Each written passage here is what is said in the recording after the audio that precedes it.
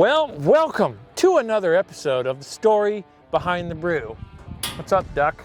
I guess this is Puddles or Donald, whatever you want to call him. In case you haven't figured it out yet, we are up in Eugene, Oregon, home of the Oregon Ducks, basketball and football. So whichever side you're on, make your pick. Anyways, we're at Autzen Stadium, but we're not here to talk sports, okay? He's just joining us for this episode. You're getting a little chubby there, buddy.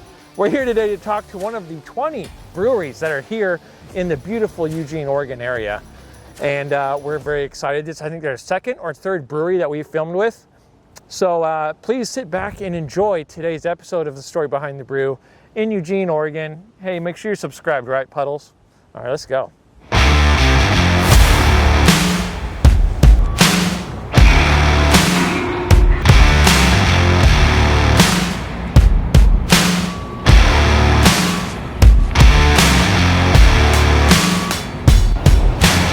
What's going on, guys? We are back for another Behind the Brew, close to home here in Willamette Valley, downtown Eugene. We're super excited. We're about to sit down with the owners and go over the story with you of a beautiful, historic building, craft brewery here.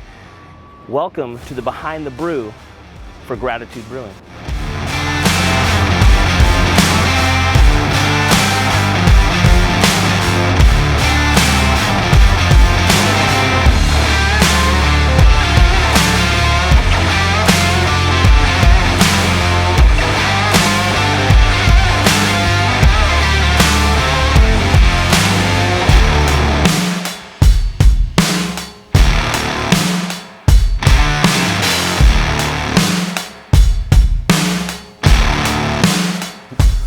Hey everybody, welcome to the Story Behind the Brew. We are in Eugene, Oregon. Woo! Close to home. It's only about an hour drive. Oh, for once, dude, we've been traveling Even if you're not from around here, you probably heard of Eugene. Eugene is a pretty famous place, so lots of stuff comes out of Eugene and goes on in Eugene. So And a lot of beer up in Eugene. Oh yeah. Lots of breweries, and today we are sitting down with Gratitude Brewing. Yep. To learn the story behind the brew here. We're joined today by Tristan. How's it going, man? Good. How are you guys? We are excited to be here. Good. We're excited for it. This is a cool location, a cool brewery. I've heard a lot of good things about you guys. So Good. It's really cool to be able to come up here and sit down and learn the story.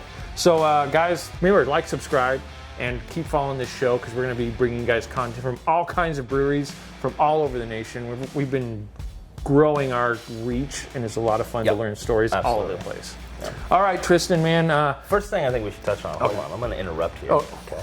We're holding brewskis. We are holding We should probably say what we're holding. Okay, let's start it there. I'm holding a prickly Magic Cactus. Prickly Magic. So this is a sour. Yep. It's a sour with prickly pear, cactus fruit added to it. Yeah. Tangerine and mango as well helps keep it not all the way tart.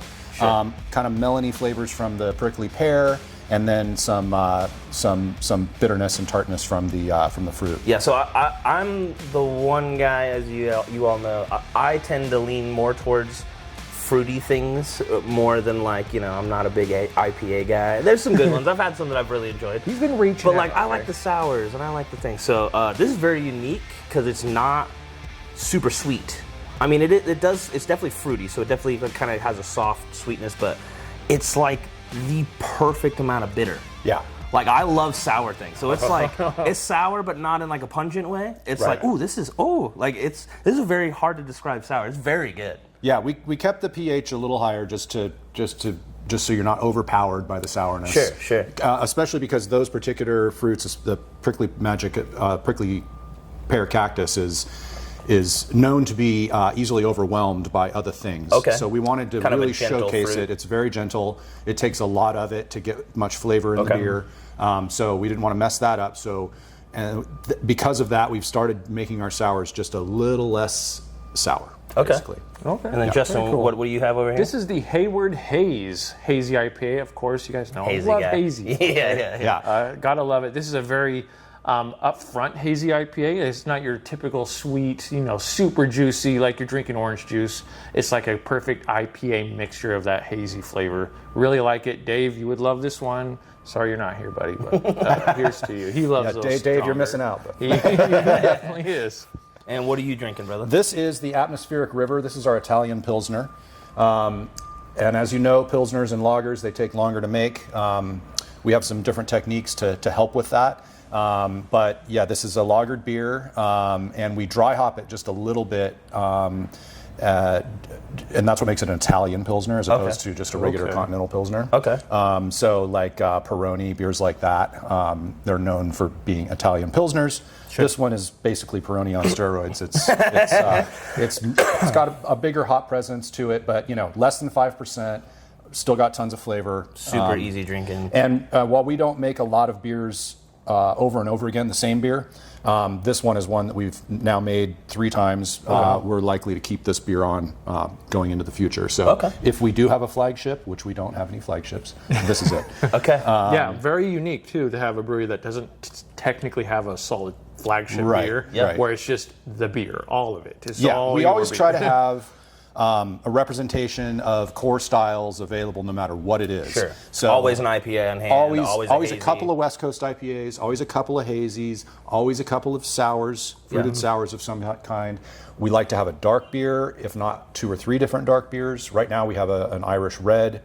We have an oatmeal stout, and the other one is a dark lager, actually.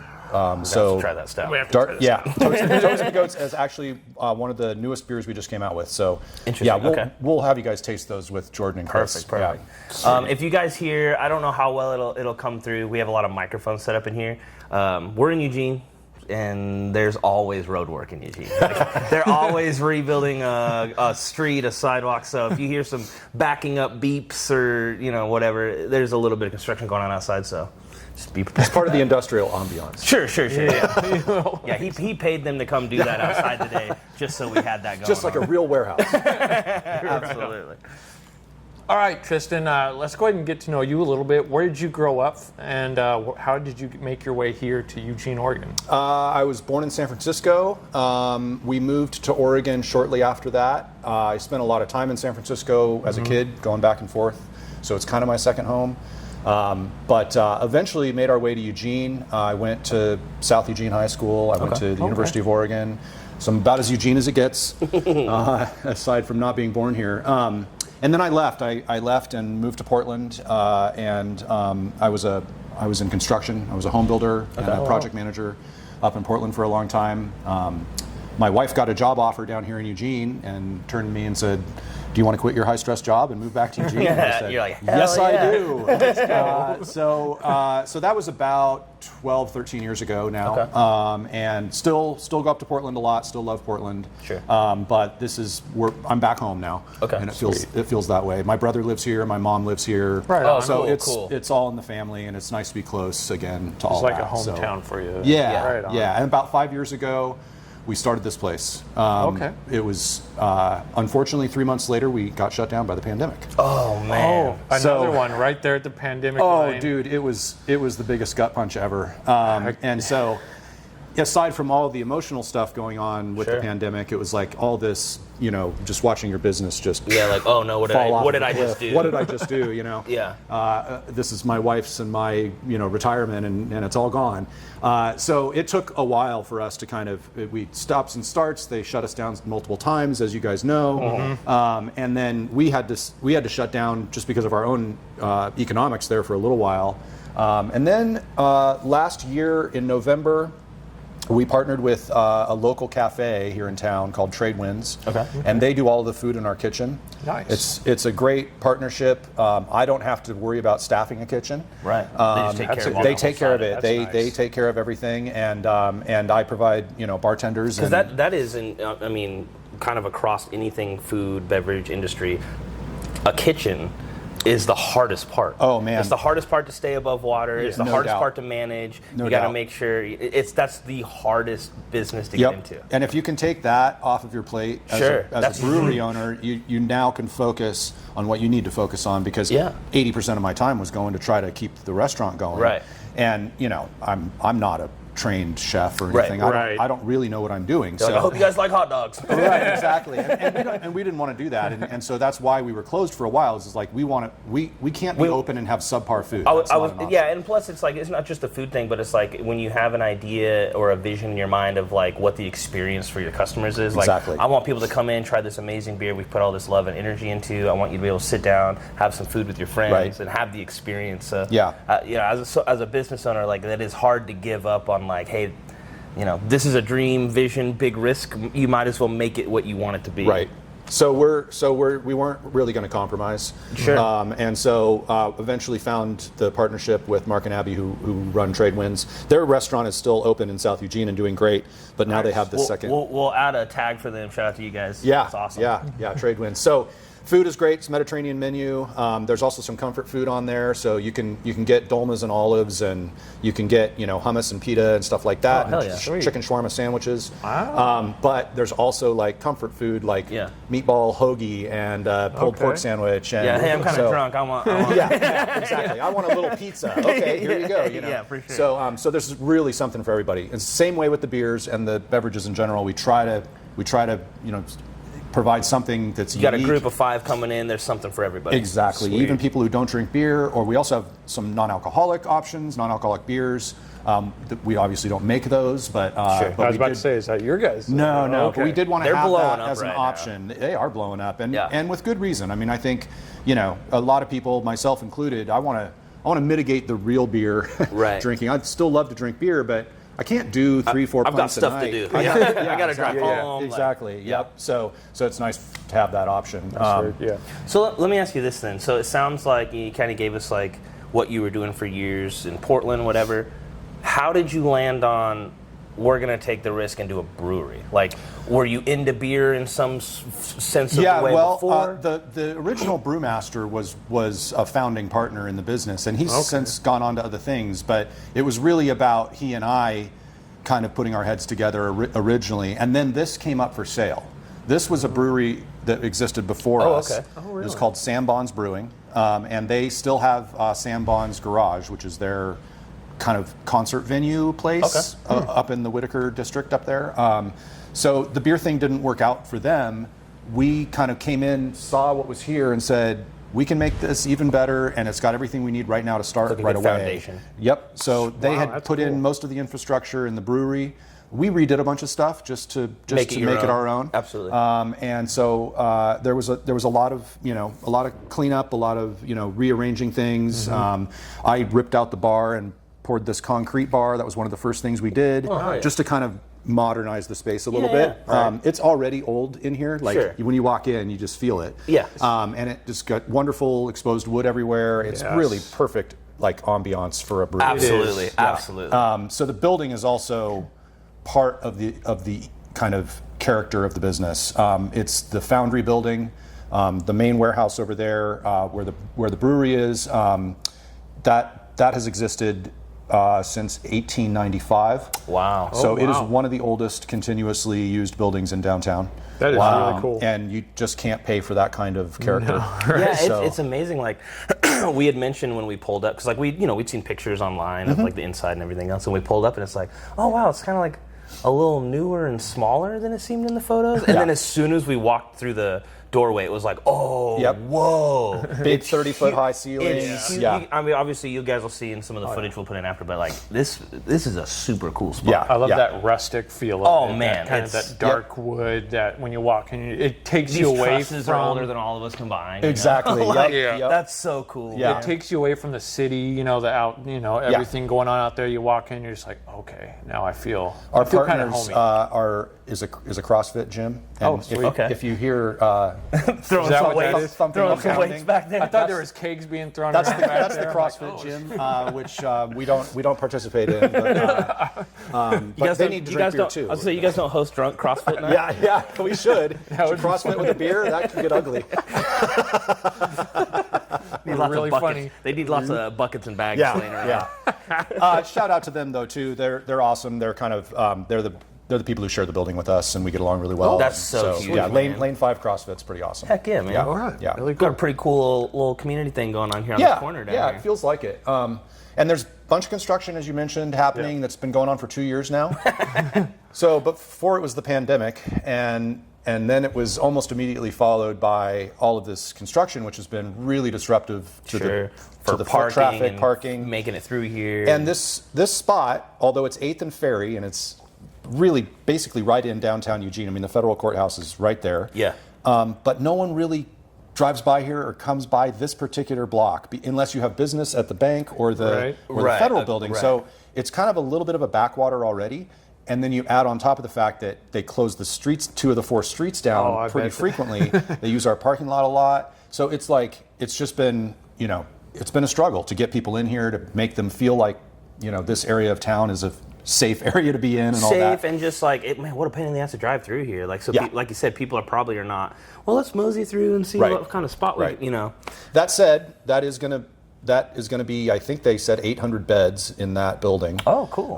It's an apartment building primarily for students, is my impression. Okay.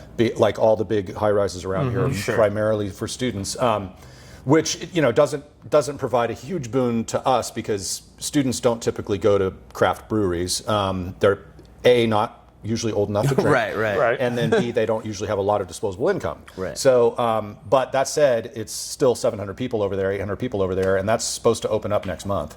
Oh, wow. So we're at the very cautiously optimistic that that's going to start bringing a lot of foot At the traffic very in. least, you'll have like maybe the student who lives there themselves, but when their family comes to town to visit, they're going to be like, And we do well on those moments like, graduation weekend or a bunch of people home football flooding in, games. right. We get a lot of business for that. Especially since Eugene, like he said, is known for like there's so many craft breweries up here. Yeah. So like people are going to be out and about looking for one. They will be. You know what I mean? They will be. Yep. So that's huge. Yeah. So yeah, that's kind of the short version of how we got where we are now. And we're looking forward to the construction wrapping up, and I bet. in the next month or so we should be good to go. Brand new sidewalks, and we'll expect a lot more business at that point. Heck yeah. We've met everything from like, hey, we opened a month ago. Like we've met, this brewery's been here for 25 years. We've met kind of everything in between, a lot of different people in a lot of different areas of the industry, from distribution to the brewers, whatever. Just to give people kind of like a timeline to understand what is possible. From the moment you and your buddy and your wife sat down and were like, hey, like, let's do a brewery, to the moment where you're like, I have a brewery. What was that timeline like? It was fast because we found an existing operation. Sure. That helped. And we could afford, at least technically. We found out we couldn't, but that's another story for another day. But yeah, it was, I think, about 5 months. Wow. Holy shit. 6 months. And we were planning originally That's so fast. to build it ourselves. So it was going to be like, okay, so over the summer we'll kind of find a warehouse space somewhere. We'll kit it out with a small brewery. We were looking to go kind of small scale. But then this came up. It's like a 10-barrel brew house, and it's like legit. It's got enough fermentation for us for sure, and for quite a while I'm sure it will suit our needs. And then we just liked the fact that there was so much room to grow. I mean, like you said, you'll get some more footage of the building, but it's we haven't even scratched the surface. Like we could go up, put in bigger tanks, bigger fermentation, more serving vessels. There's just so much room back there. It's got plenty of room to grow when the time comes. So that's so fast. Yeah. It was surprising even to us. Yeah. But it was also like once we realized it was possible, it was like, let's go. There's no going back now. We got to do this. We opened in December 2019. We took possession, I think, in March of 2019. So from January when we first started talking about it to May, we had it. Wow. And nice. then you opened the doors into that year? We opened the doors the end of that year. So that's insane. Yeah, about 6 months awesome. later. Yeah. Well, I mean, it wasn't awesome 2 months after that. It sure wasn't. And we had, still to this day, I think that first January was the most revenue we've ever had. Yeah. Oh, wow. And then it was like February started dropping off a little bit, and we're like, are people starting to get nervous? The lockdown hits. And then in mid-March, I think it was March 18th, the governor shut everything down. And we weren't opposed to that. My wife's a physician. Sure. She's an emergency medicine doctor. It doesn't change the kick in the teeth, though. No, it sure doesn't. No, it sure doesn't. Yeah. But we were all scared of what was going on, and Sure, we wanted to, especially early on, there was so much like, what's going on? what is going on? Like, this and, is scary. Hundreds of thousands of people were dying on a regular basis. Yeah. It was not a joke. And so there was a lot of stress and pressure back in those times. And so yeah, we had to scramble. We started doing online sales. We started doing crowlers. Thank God we had already gotten the crowler machine. Nice. It was really cool though, because people they stepped up. We didn't have a big presence yet. Nobody knew who we were really. Right, sure. And we had, we would do $1,000 a day being open for 2 hours doing crowler sales. Damn. People were coming by. We had a little table at the door here, we're all masked up, and people would put their orders in online, and then they'd come by in a 2 or 3 hour window and scoop up their crowlers. and That's and awesome. they'd buy t-shirts and hats and stuff like that too. And Sweet. so it was a cool thing that happened in a moment of kind of despair. And that's got to be a moment for you guys of like, this is tough, but I think we did the right thing. Yeah. Like this is. Well, it just felt good to know that people had our back. Yeah, that's what I mean. Like that's got to be very reassuring. Yep. Having like, oh no, we just spent all this money, did this thing, and like we can't even be open. Yep. Yeah. So that must have been a huge hey, let's keep doing it. At least it could pay some bills, in the meantime. So. And then as we kept opening back up and getting closed back down, we kind of they were all gut punches and it sucked. I'm not going to lie, but there were some positives that came out of those experiences. We're forged in fire, man. I mean, we don't, I can think about the stress I'm under right now, trying to get people to come in here and pay the bills and all that, and it's like. No comparison. We're not close. So. We're not closed. Yeah. I've got something to work with. Yep. You know what I mean? So, so there's a lot of positives, and now we know. I know how to open a restaurant 3 or 4 times in a row. Yeah. That's true. Got it figured out. Yep. So. All right, where did the name Gratitude come from for Gratitude Brewing? How did that get started? So it is actually a Beastie Boys song. Okay. Called Gratitude. It's off of, I think it's off of Check Your Head, or one of those early Beastie Boys albums. Yeah. We Jordan, my lead brewer, and I grew up together, and we listened to that music all through high school and college. And so it wasn't like we were saying, hey, let's name it after a Beastie Boys song, but we were trying to come up with names. And there's like 8,000 breweries in this country. Oh yeah. And you're like, what about this? Taken. And it was they were all taken. We're just like, this is impossible. We can't find a freaking name to use. Yeah. It's not trademarked. And I was looking through CDs. I was putting CDs away. My wife was like, okay, we need to get these out of the, it's all digital now, exactly. So I'm looking at them as I'm like reorganizing them and putting them in storage, and I'm looking at the back of that album, and I'm like, Gratitude Brewing. I'm like, there's no way. It's no taken. way. It's gotta be taken. That's the best name we've come up with yet, and it's got to be taken. It wasn't taken. Hell yeah. And we found a guy, or he found us, who is in eastern Pennsylvania, I think near Pittsburgh somewhere, western Pennsylvania.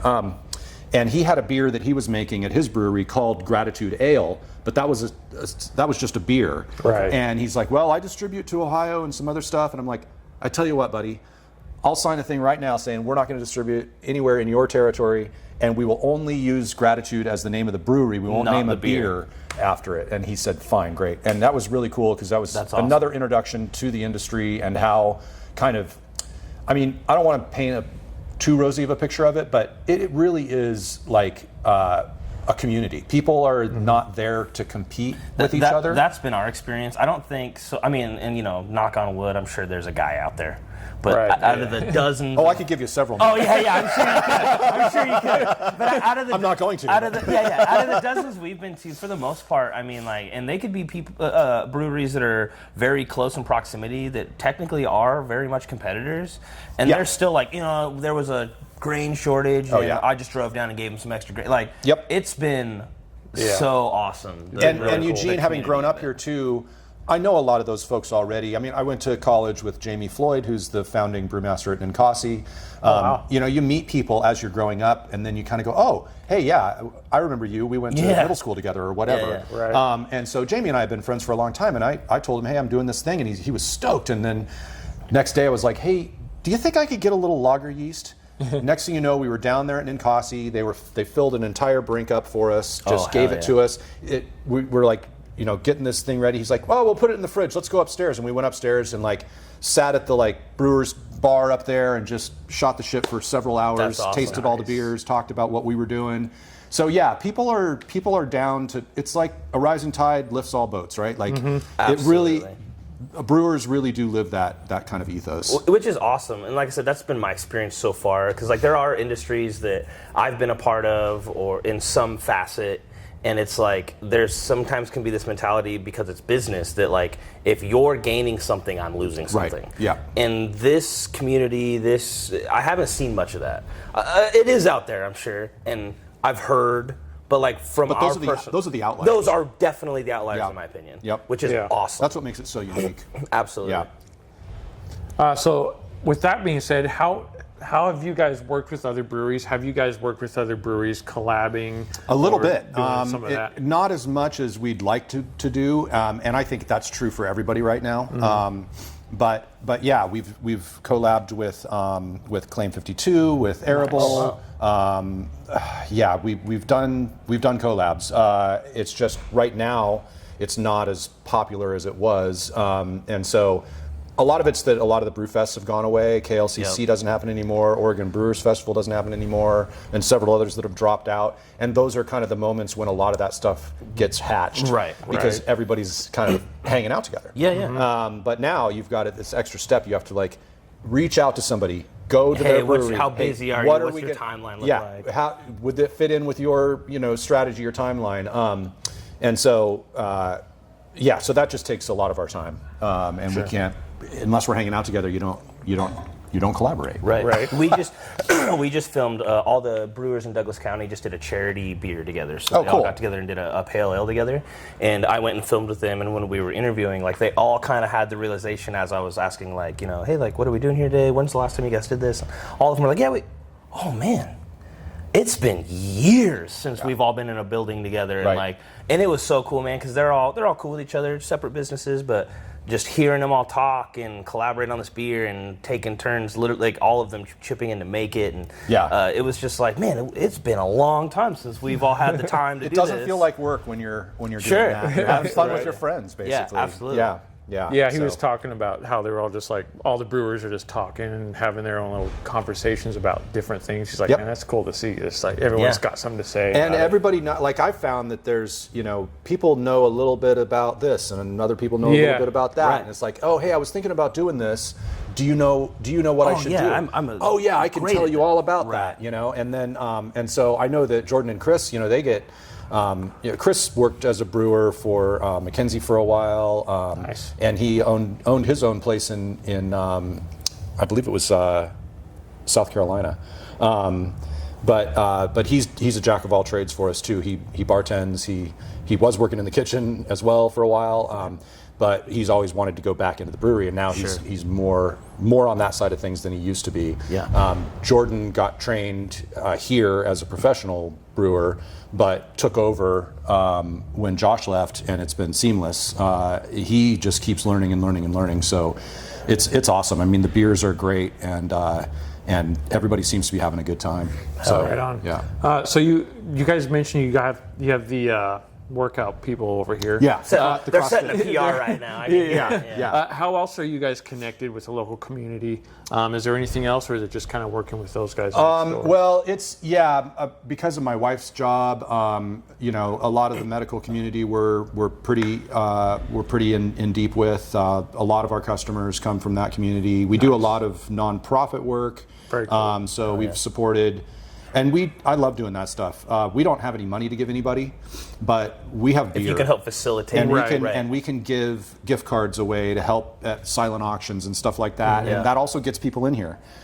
So it's a two-way street. But we also like the idea of, hey, if we could give somebody a 6-stall keg of beer, they'll get 40 pints they can sell out of it. That makes them a bunch of money. It doesn't really cost us hardly anything. Right. And we can write it off, and they get. Well, then you get benefit. where's this from? Exactly. Oh, this is from Gratitude. Oh, where's that at? Oh, shit, it's in downtown? Yeah, that's right. Yeah. Yep. So, but no, we bank right across the street at Northwest Community Credit Union. Well, that so makes it easy. they all know us, and that's a nice relationship as well. The tap houses in town have been awesome to us. Even when we very first started, places like the Beer Stein and Public House and Beer Garden, the filling station, all these places, Growler Guys before they closed, but a beer club down here as well. There's too many to list, but they've been huge supporters. And now at this point, it's like I come out with a new beer and I email a few people, and before I know it, I've sold half a dozen kegs. Yeah. So it's it's just a lot of support. All the wheels are kind of greasy at this point. Yeah, exactly. Everybody knows who we are now. They know that if they're going to order a style of something, it's going to be good. That we've never had a return. So we're stoked. We feel like we've got the lock on the product and the quality control. So right on. So distribution, you guys are only doing kegs. Are you guys canning or bottling at all? We did do some canning. We actually have a canning line, which we bought shortly after the pandemic hit because we figured, well, we're going to have to get it out there somewhere. Yeah. And so we rushed into can and never made a dime at it. It's really expensive. Yeah. It's the hardest way to make money selling beer. Sure.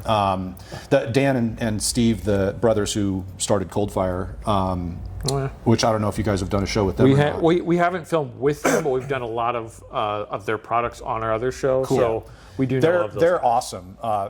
They're awesome people, aside from the fact that they make tremendous beer. Yeah. They gave us a lot of feedback and insight as we were trying to get it, trying to figure out how to do wholesale. And the takeaway was they have a small pub over not far from here, actually. It's probably the closest brewery to us. He's like, we're everywhere. We're all over the state. We're in every grocery store. We are widely distributed in bars and tap houses. And still to this day, that little pub makes more money than all that stuff combined. Wow. Yeah, that's what I've heard a lot of. So it's basically like you're almost paying to be in front of people. It's just an advertisement. Exactly. More than anything. Yep. And while we went through multiple shutdowns and stuff, it was nice to have something to do. Sure. Right. But we've since stopped. We've pulled the cans back. We don't can anymore at all. Okay. We're trying to focus just on beer across the bar, which is the best way to keep your business afloat. We still have the canning line. It's a very nice Wild Goose Evolution canning line. Nice. Jordan and Chris know how to use it really well. They're very efficient at it. We have had other breweries come in and use our systems to make beer and actually to can some of their beer as well. Drop Bear Brewing has done some we did film with those stuff. guys. We have a whole show with them. Very cool brewery. Yep. He's a really unique guy, and he's fun to be around. And so we've done other people's stuff. So kind of keeping our skills up with the canning, with the idea that someday we are going to bust back into that. But we were in all the Albertsons and Safeways in town. We were in the markets of choice all over the state. We really had a pretty good thing going. It never made any money, and it was like I'm working 30 hours a week just to run beer around and try to sell cans of beer before it goes bad. Right. It's like, this is too much. My restaurant's not even open, So we were able to shift gears when we partnered with Tradewinds, and so the canning thing is a thing of the past for now. Okay. We'll do it again. So where do you guys see the brewery in the future? What's your guys' future plans? Are you wanting to kind of stay just like you are here? For right now, getting this to be as successful as possible, we haven't even scratched the surface. Sure. So we feel like we have some debts that are going to start falling away, starting at the end of this year and through next year. And so we feel like some of the overhead is going to start to go away. We'll start to see more black numbers. We'll really bust this place out big time first. Yeah. And then we'll move into distribution, trying to find somebody to help us with that type of thing, and scaling up the brewery. Big time, long term goals are, it's to have that place full of tanks. No, there's a lot going on right here in this neighborhood. It's not just the construction across the street. The city of Eugene finally raised this whole area on the other side of the railroad tracks, just on the other side of this building. In between us and that is the river, basically. Yeah. Right? So you walk one block that way and you're on the riverbank path. That's all going to be a bunch of more apartments. There's like 7 or 8 different buildings going in over there, high-rise style like this. Yeah. Okay. 3 and 4 story buildings with 5, 6, 700 people living in them, and then some retail and stuff underneath that. So there's going to be a lot more people down here.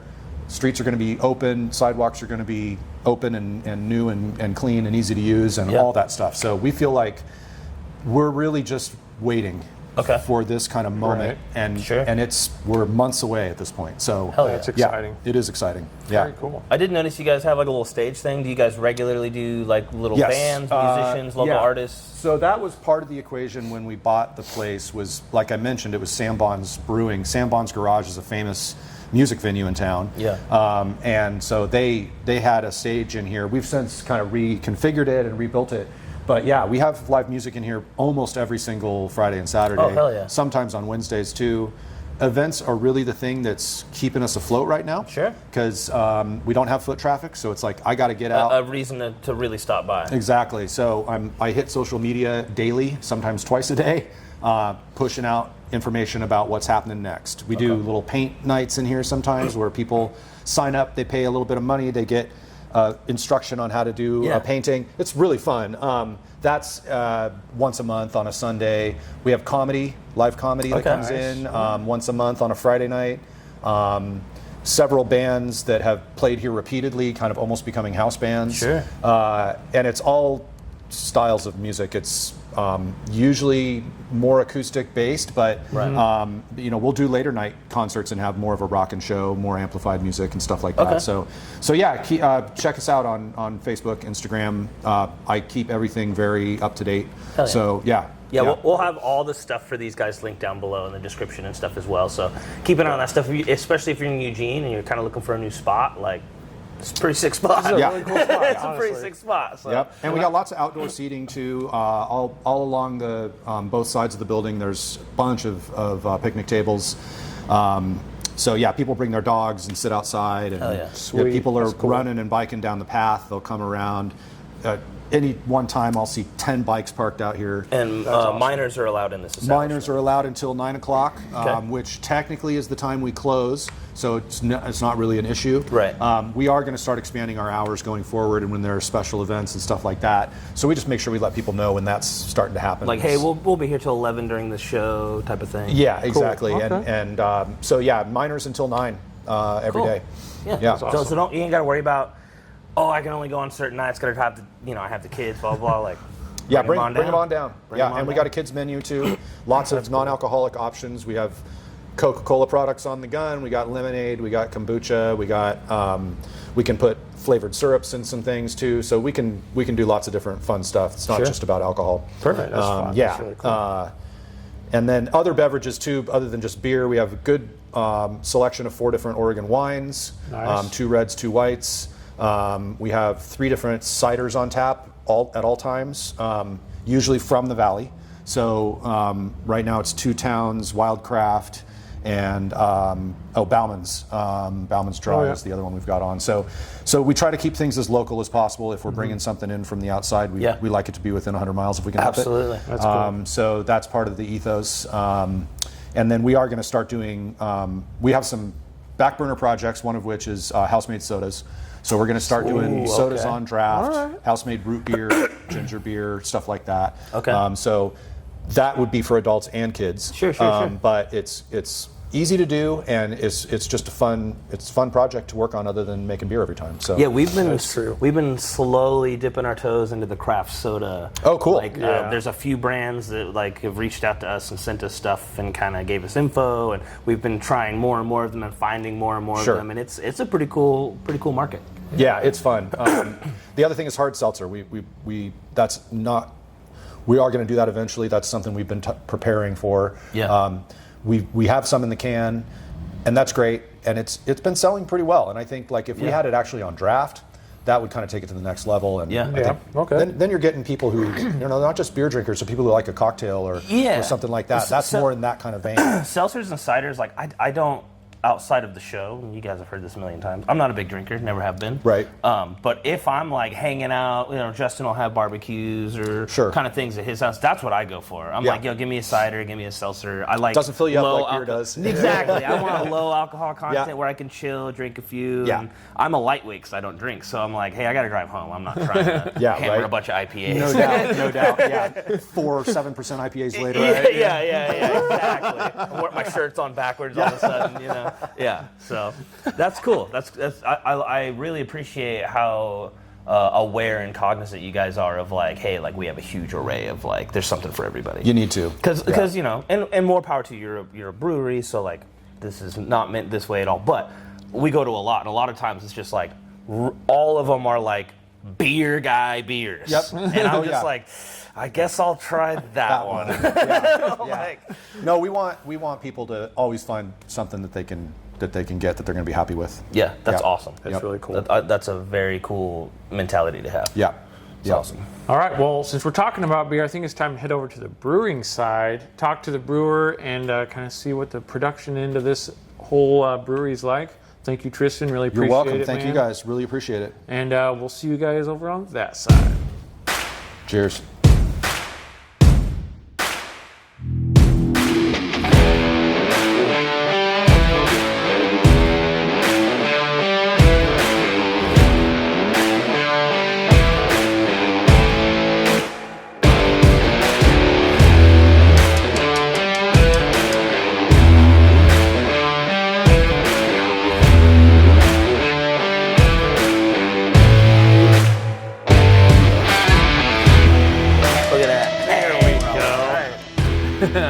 All right, guys, here we are on the brewing side of Gratitude Brewing, which, by the way, you can see when you walk through the doors. They got tables literally right over here, so you can see all the production side of the beer. Guys, how's it going? Great. Doing Awesome. well. Thank you for talking with us for a little bit about brewing beer. Let's go and let you guys introduce yourselves. You first. Yeah, I'm Jordan DeWine. I'm the lead brewer here at Gratitude Brewing. And I've actually been the lead brewer here for just over a year. Okay. Nice. Had started out in the cellar and get my hands on kind of almost every aspect of the brewing, just the brewery being as small as it is.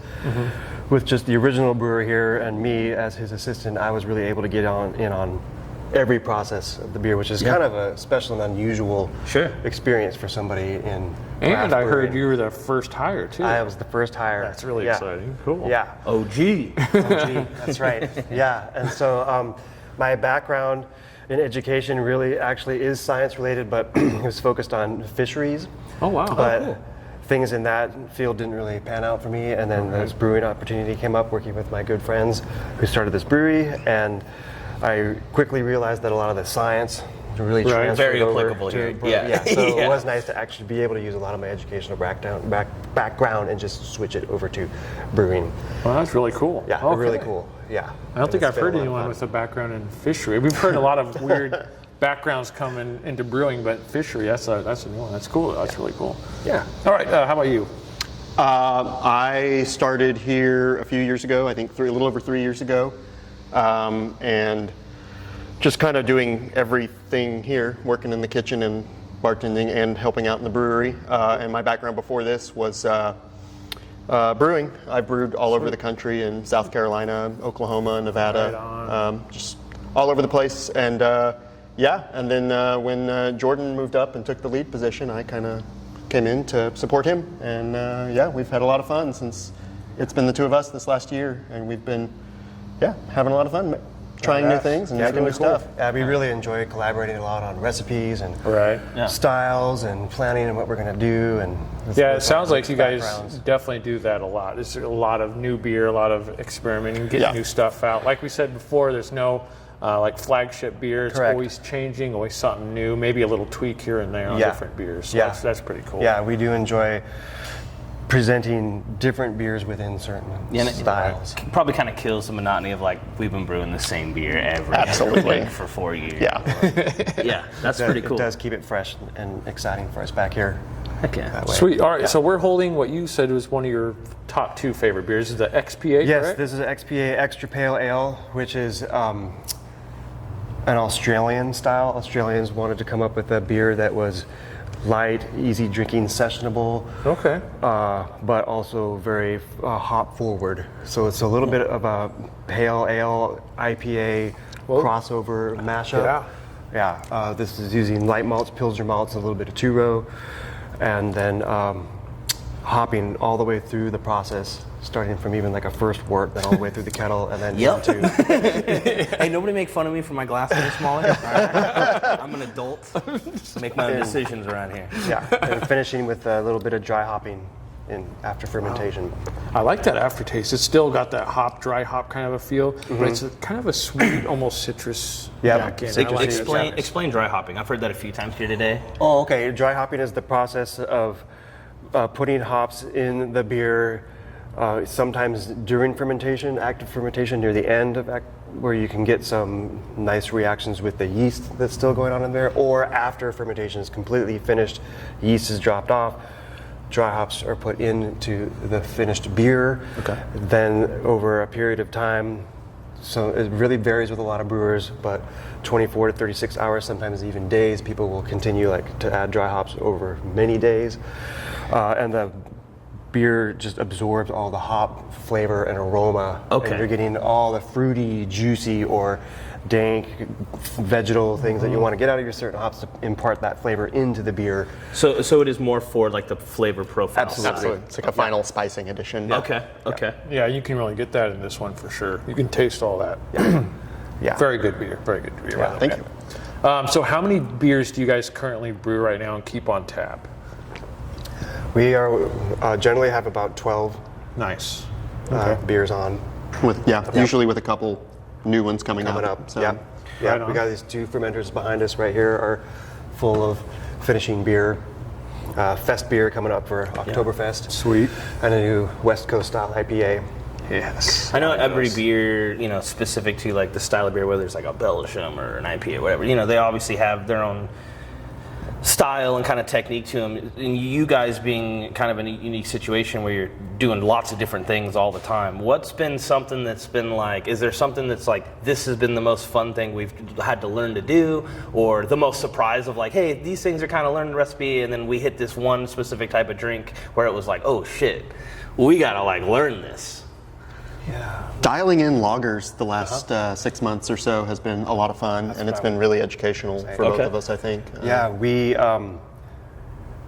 employed the technique of spunding, which is fermenting at a high pressure, basically forcing the lager yeast to go through its fermentation process faster and quicker, which can affect the viability of the yeast. So there's some certain things you have to do about balancing that higher temperature and pressure. So we wanted to do it so that we could quickly turn around a lager and not have it taking up fermenter space for a long, long time, since we are small and don't have a lot of room to do that.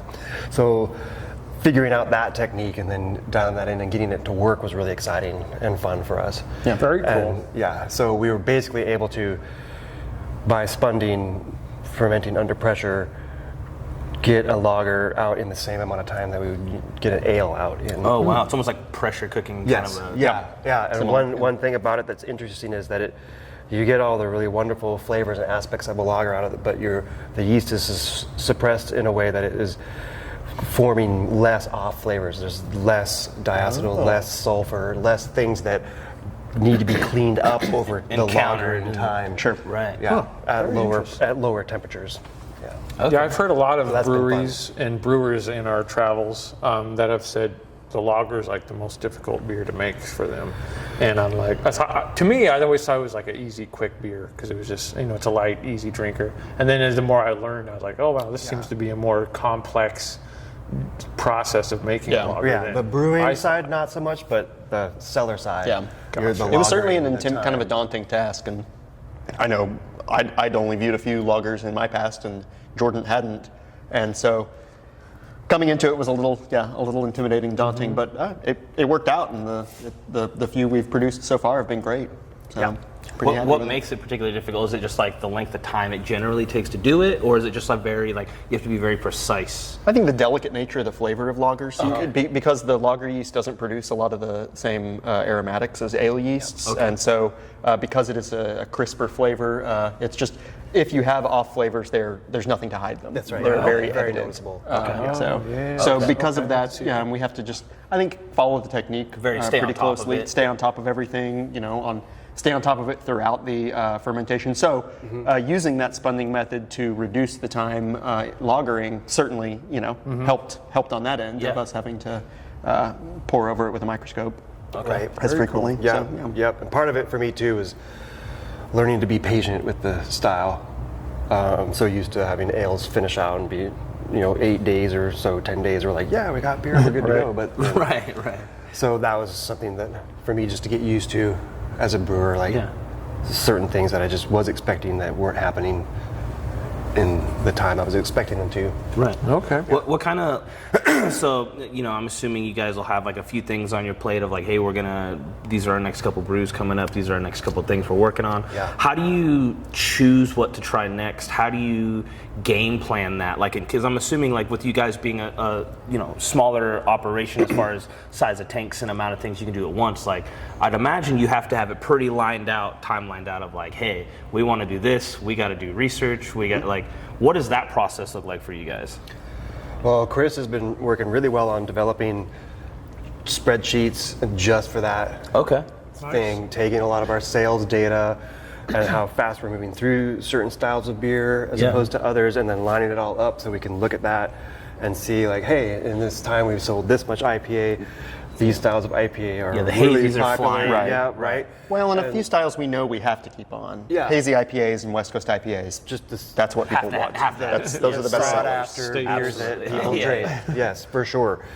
And so after that, it's also kind of, we can do it that way, like on spreadsheets and digitally with all the information and the data, but we can also like physically look at our keg supply. We're a and small enough see about operation. how much, It's and kinda like easy to estimate do like on You how can much, eyeball it to a degree. how long yeah. these barrels of beer will last and how fast it's moving. And so a lot of times it's just like, hey, check it out. These IPAs are flying out the door. We're going to need to make a couple more IPAs to fill these styles.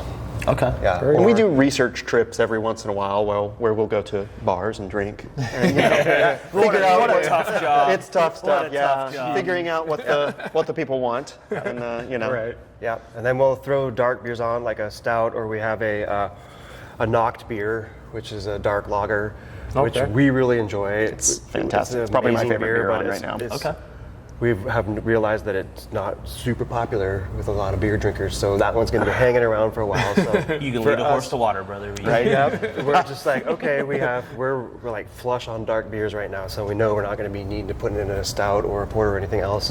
Probably like wait until the winter. So it's Right, kind of okay. like that. Very cool. All right, so this question is for both of you guys. As you were becoming a brewer, getting through your career, what brewery or what beer was your like inspiration that kind of got you? Hey, I want to make beer. This is 'cause what I want to do. This is good, Yeah. or this brewery or this beer. Kind of what's your guys' thoughts on that? Nice. Want to go first on that one? It was probably I'm from the Midwest, so honestly, it was Tank 7 from Boulevard.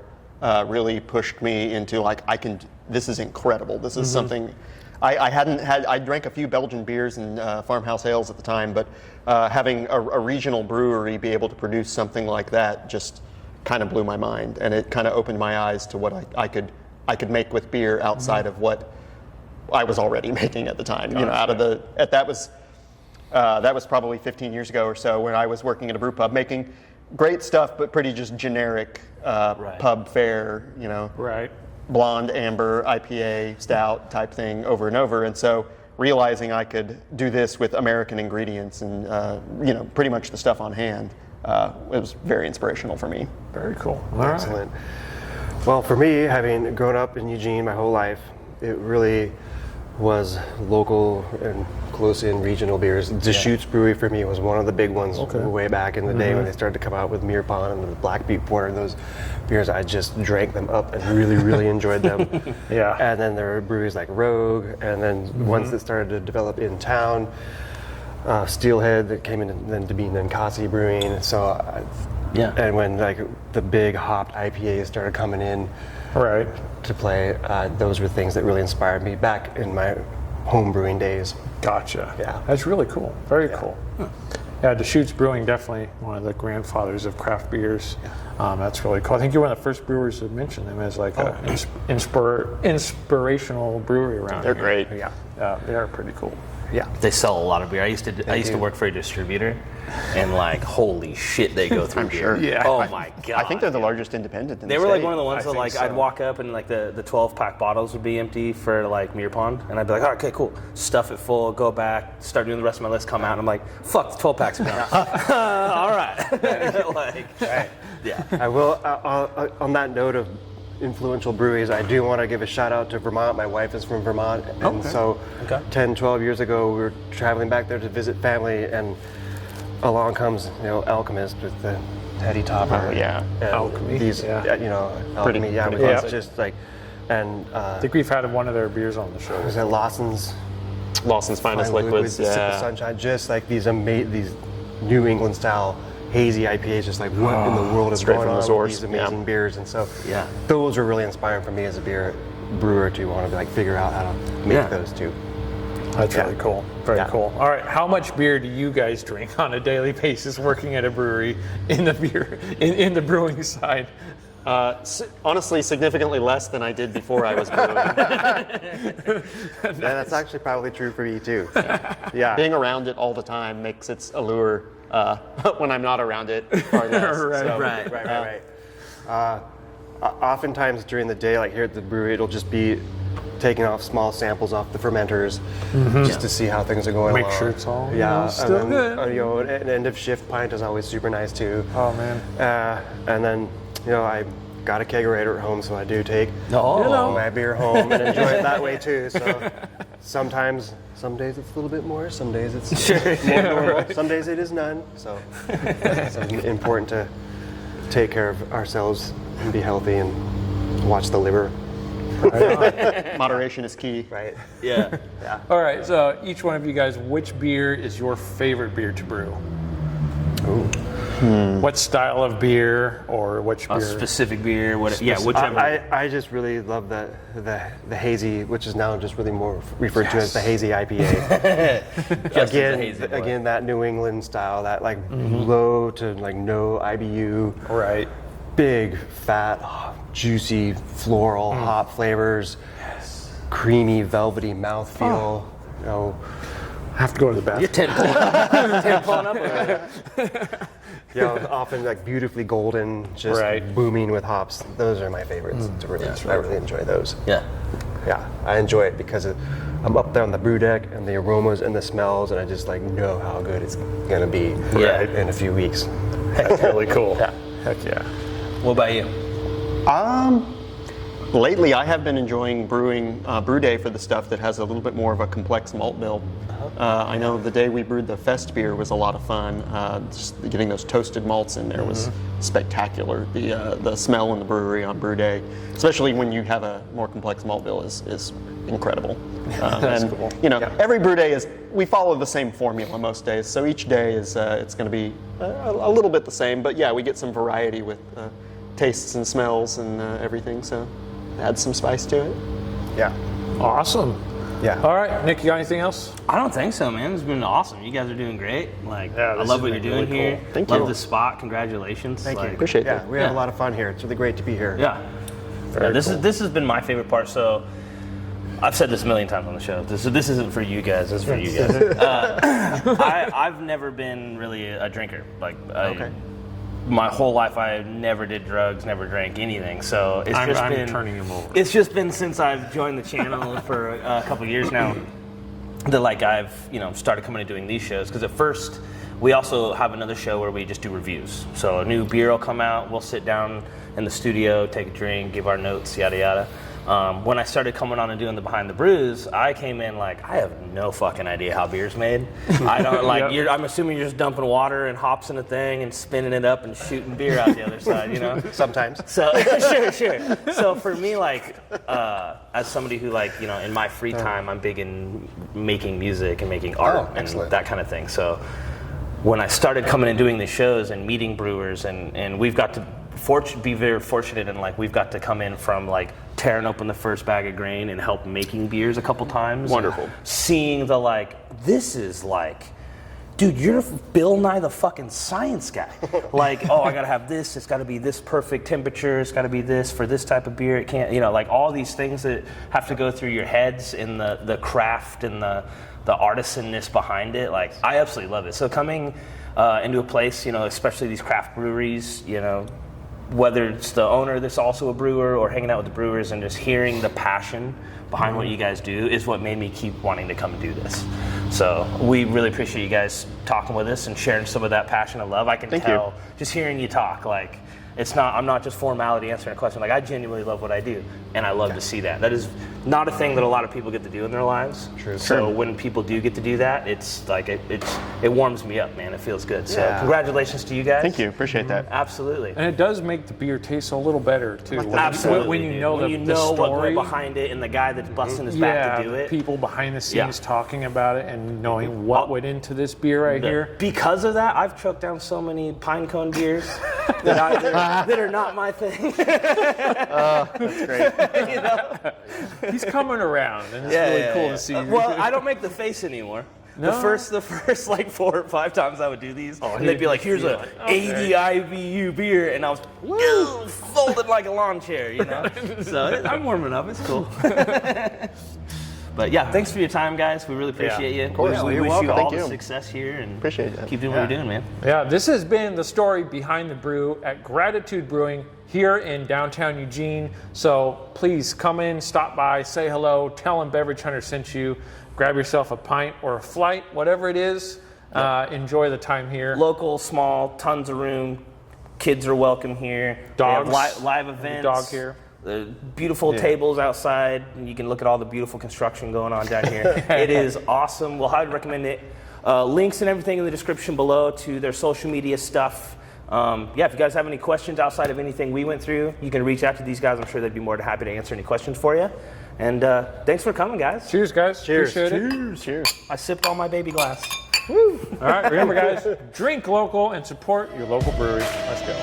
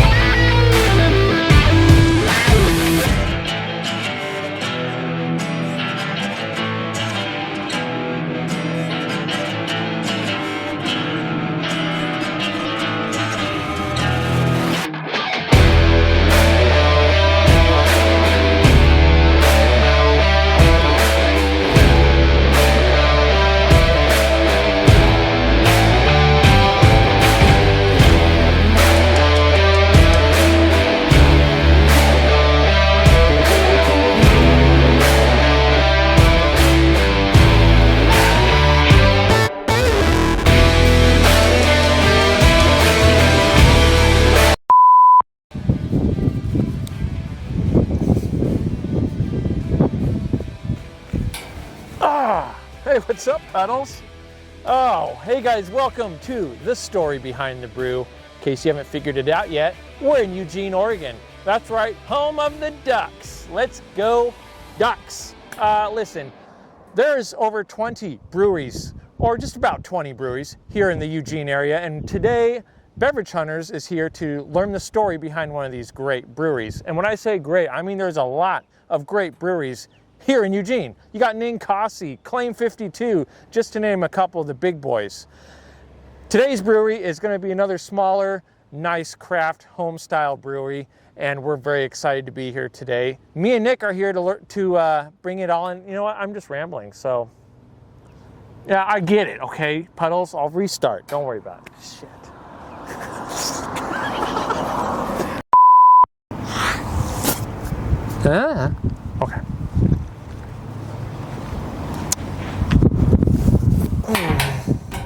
I think Puddles is getting a little fat.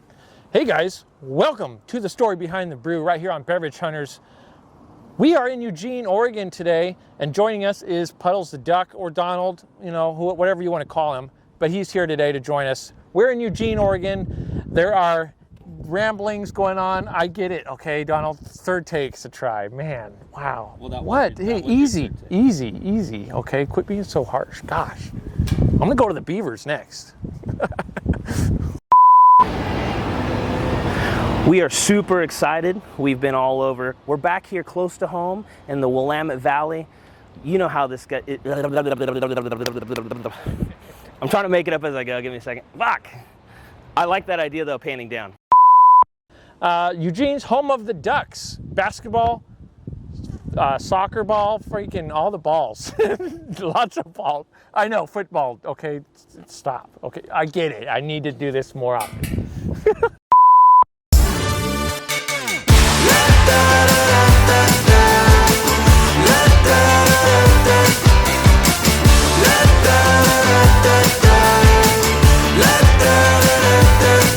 Hold up, now do what you do.